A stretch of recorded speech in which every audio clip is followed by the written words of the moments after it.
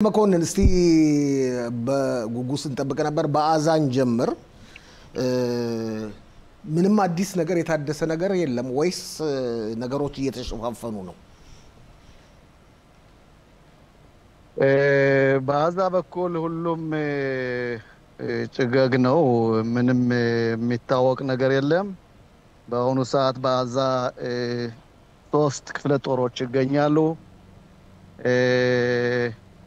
ብዙም የሚወጣ ነገር የለም። መከላከያ እንደ መከላከያ በአራት ማዕዘን እየተዋጋ ነው። ሁሉም ነገር በዲሲፕሊን ነው የሚሰራው። ብዙም ለጋዜጠኞች ሆነም ለአንዳንድ ሰዎች የሚነገር የለም። ይሄም እንግዲህ ባለፈው ሳምንት እንዳልኩህ የኢታማጆሩ ውሳኔ ነው። ስለዚህ ውጊያ አለ፣ ጦርነት አለ፣ መንጠራ አለ፣ ፍተሻ አለ። ሌላው ግን ብዙም ነገሮች ስለማይወጡ በምስልም የሚታዩት የፈራረሱ ቤቶችና ህብረተሰቡ የአዛ ንጹሃኑ ህዝብ ከቦታ ቦታ ሲዞር እንጂ ብዙ የሚወጣ ነገር የለም። ምንም ነገር የሚወጣ ነገር የለም ይባላል። ግን ያው አዛ ለ3 ለ4 ተሰንጥቃለች አይደል? ኮሎኔል እንደነገርኩ በሰሜን በኩል እዝ 36 ገብቷል። በደቡብ በኩል በራፊያና በኻን-ዩኒስ 162 አለ። የአዛ እዝ ራሱ መካከለኛው አዛ ላይ አለ። አዛ በአራቱም ማዕዘን ተከባ ህብረተሰቡ ድሮ ወደ ነበረበት ወደ መታዊ ወደሚባለውና ወደ ባህሩ አካባቢ ነው ያለው። በዛ አካባቢ ተመልሶ መግባት አይቻልም ወደ ነበሩባቸው ቦታዎች ወይ የለቀቁባቸው ቦታዎች። አንዳንድ ህብረተሰቡ ከትላንትና ጀምሮ በጀባሊያ በኩል ስለተተኮሰብን ወደ 10 የሆኑ ሚሳኤሎች ወይም ራኬቶች ወደ እስራኤል በተለይ ወደ አሽቀሎንና አካባቢ ስለተኮሱ መከላከያ በዛ አካባቢ ያሉ ህዝቦችን ውጡ ካለ በኋላ አሁን ስራውን ጀምሯል። ይሄን ግን በትክክል አውቃለሁ በጀባሊያ በኩል ስራ እንዳለ። ስለዚህ ከዚህ በስተቀር ብዙ የሚወጣም ነገር የለም። አንዳንድ በተለይ በሆስፒታል የሚገኝ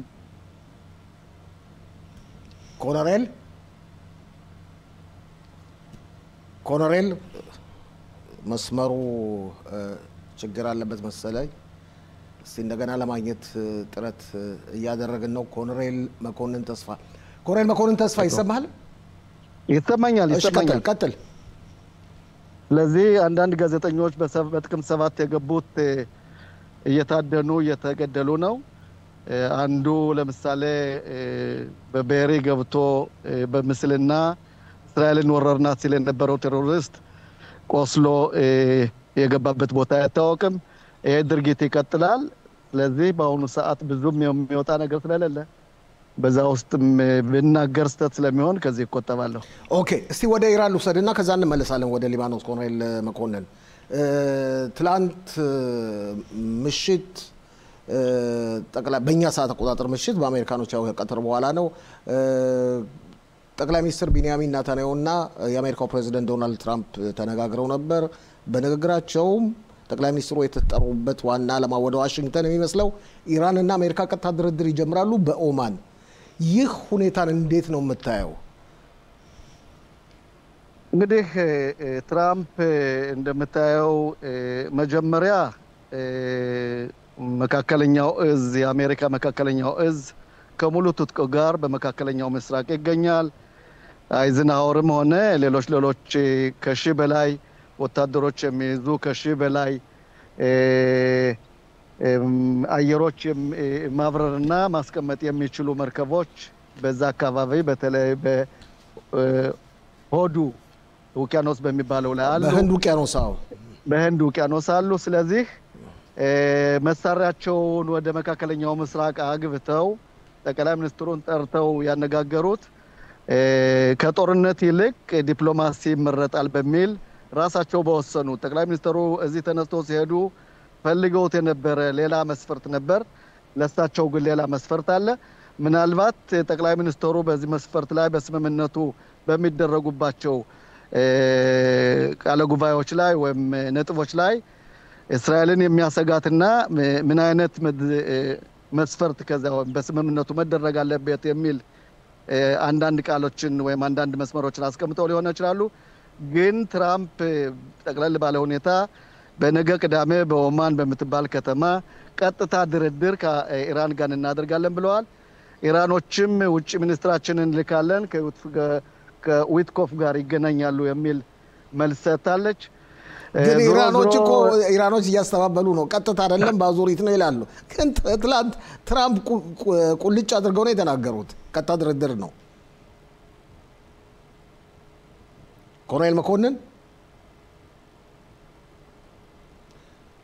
ኮሎኔል መኮንን ይሰማሃል? ዛሬ ቴክኒክ ጉድ ላይ ከፍተኛ ችግር እየፈጠረብን ነው። ኮሎኔል መኮንን ይሰማኛል? ቀጥል። እሺ እኔ የምለው ትራምፕ አፋቸውና ልባቸው ወይም ስራቸው አንድ ስለሆነ ትራምፕ ያሉት ትክክል ነው። ቀጥታ ድርድር ነው የሚደረገው። ኢራንም ካስተባበለች በኋላ የውጭ ጉዳዩን ሚኒስትር ትልካለች። እንዲያውም ትራምፕ ያሉት ከፍተኛ ባለስልጣናት በሁለቱ ሀገሮች ላይ ቀጥታ ድርድር ያደርጋሉ ነው የሚሉት። ግን ዞሮ የአሜሪካ ፍላጎት የአሜሪካ ኢንተረስት ካልተሟላ የእስራኤሉም ኢንተረስት ተጨምሮበት ካልተሟላ ምናልባት በ6 ሳምንት ውስጥ ይሄ ነገር ጥሩም ፈር ካልያዘ ትራምፕ እንዲሁ ዝም ብለው ለሽርሽር ያመጡት አይመስለኝም። መካከለኛውን እዝና ብዙ አንተ ስታስበው ይኸውልህ ኮሎኔል መኮንን ከተመልካቾቻችን ጥያቄዎች እየተነሱ ነው። ኢራን እንዴት ታምና ድርድር ይደረጋል እያሉ ነው። ግን በዓለም ላይ እስካለን ድረስ መጀመሪያ የዲፕሎማሲ ጉዳይ ነው መጠቀም ያለብን። ስለዚህም ይመስለኛል ትራምፕ መጀመሪያ ለውይይት እንቀመጥ ያሉት። እሺ ኮሎኔል መኮንን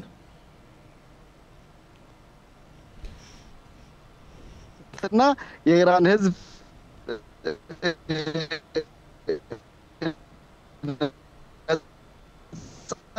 ጊዜ መጣል ኢኮኖሚት ሎካል የኢራን ህዝብ ሽርሽር አልመጣም።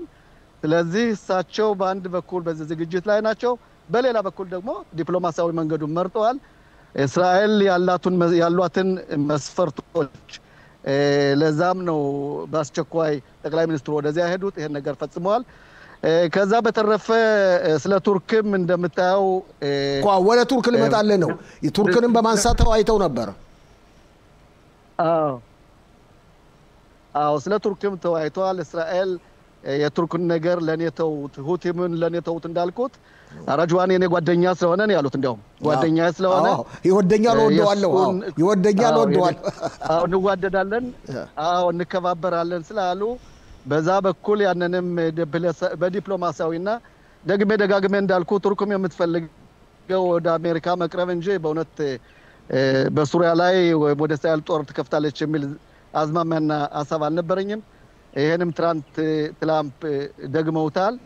ስለዚህ ያም በዲፕሎማሲ የሚፈታ መስሎ ይታየኛል። እና በዲፕሎማሲ ይፈታል ለምትለው የሊባኖስ ውስጥ ተጨባጭ ሁኔታ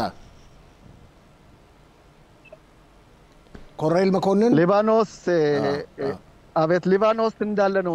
ሊባኖስ በአሁኑ ሰዓት እንደምታየው ነው። ትልቅ የሆነ የሂዝባላ ተቃውሞዎች በሀገሪቱ ላይ እየተነሱ ነው። ጋዜጠኞች፣ ምሁራኖች እኛ እንደ ሊባኖስ ህዝብ መበልጸግ እንፈልጋለን፣ ማደግ እንፈልጋለን፣ መቋቋም እንፈልጋለን። የፈረሱ ህንፃዎችና አንዳንድ ተቋማትን ፈልጋለን። ሂዝባላ መሳሪያውን ጠቅለል ባለ ሁኔታ ሊባኖስ ወታደራዊ በሌላ በኩል መከላከያ እንደምታየው በየቀኑ ይሄን ነገር እያደረገ ነው። በሚገርም ሁኔታ ግን ዛሬም ቢሆን በአንዳንድ አውታሮች ላይ ኢራን በውሃ በኩል በባህር በኩል አድርጋ መሳሪያ ማስገባት ትፈልጋለች። ይሄም በሊባኖስ ከተማ በቤሩት ላይ ማዕቀብ ስለተደረገባት አየሯ እንዳያልፍ በባህር አድርጋ መሳሪያዎችን ማስገባት ትፈልጋለች። አንድ በዚህ በኩል የሚሰራ የሂዝባላውን ቡድን ሰው አለ። እሱም እየታደነ ነው። እሱም እንደ ናስራላና እንደ ጓደኞቹ እስከሚሆን ድረስ ይሄን ስራ እስካላቆመ ድረስ ወደዛው ይሸኛል የሚል አቋም ነው ያለኝ።